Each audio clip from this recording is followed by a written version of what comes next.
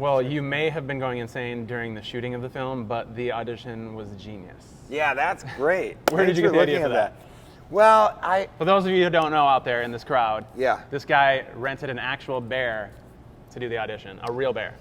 a 600-pound grizzly bear, and It was a grizzly too. yeah, Those things don't mess around. it was a dangerous bear.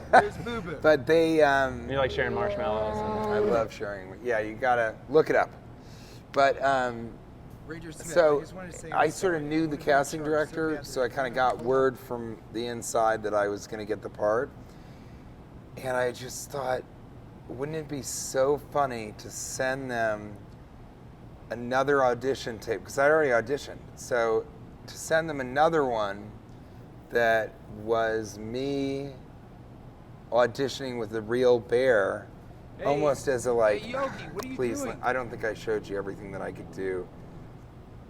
I just want to do one more, because that would be such a desperate actor thing to do. Mm-hmm. Just to be like, hey, I know you already saw me audition, but I want to send you a video, and it's me and an actual bear. And even in the audition, I brought in a hat, like a ranger hat, and I was like, do you mind if I wear my own hat? And they were like, yeah. And I'm like, it's just, I got it at a costume store, and it's not refundable. It's I can only use it as an exchange item. So if you could, and they were like, yeah, it's fine, you can wear a hat.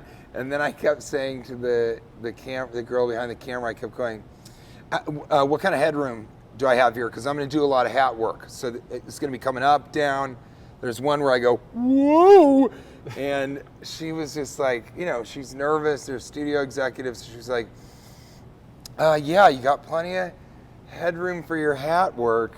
And so I was already joking. So then I sent that video, and it went all the way to the head of the studio, Alan Horn, and he never laughs at anything. And he didn't laugh at this, but he was like...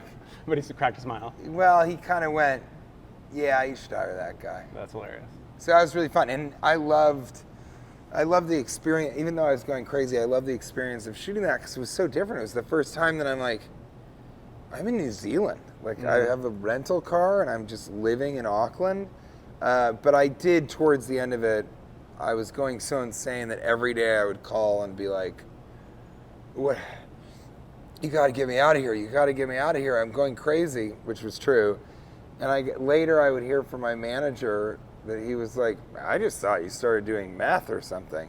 And I was like, "What? Like, what kind of manager is like, I guess he's doing meth, but he's still bringing in the cash?" Yeah. I'm not gonna say anything because I don't want to. This is working, so that happens a lot. I think sometimes, especially in Hollywood, you get yes people. No, I just yes, but I'm one of them.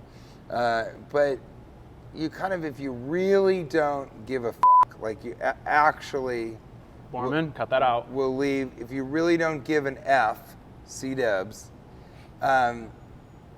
you know, people kind of don't. If you're gonna leave a successful television show to like be with your wife, you know. And by the way, Kate was not like, you need to leave, we're moving it.